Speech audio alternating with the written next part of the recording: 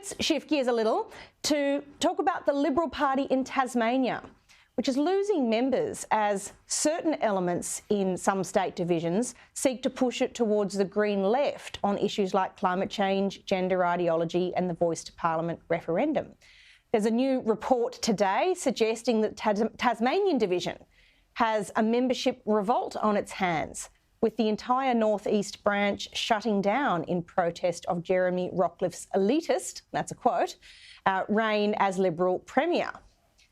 This means the party doesn't have a functioning branch in almost a quarter of that state.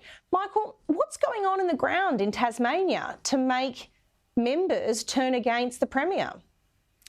I think, in short, lots. I don't profess to be an expert in Tasmanian politics, let alone Tasmanian North East Liberal branch politics.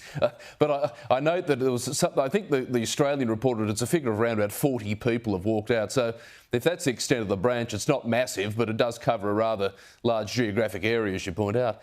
But look, I think a lot of this actually has got to do with the stadium proposal. I mean, you've got this state, Tasmania, which has big issues when it comes to the health sector and other very important sectors. Of course, housing is particularly unaffordable for a lot of people in Tasmania.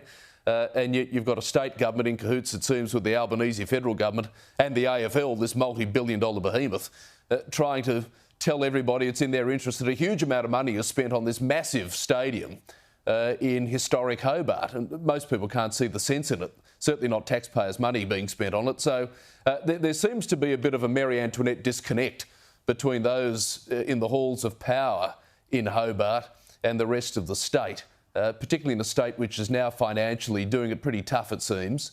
And, you know, as you know, in politics, perception is reality. If the perception is the Premier's out of touch, even within his own rank and file, he's in a lot of strife.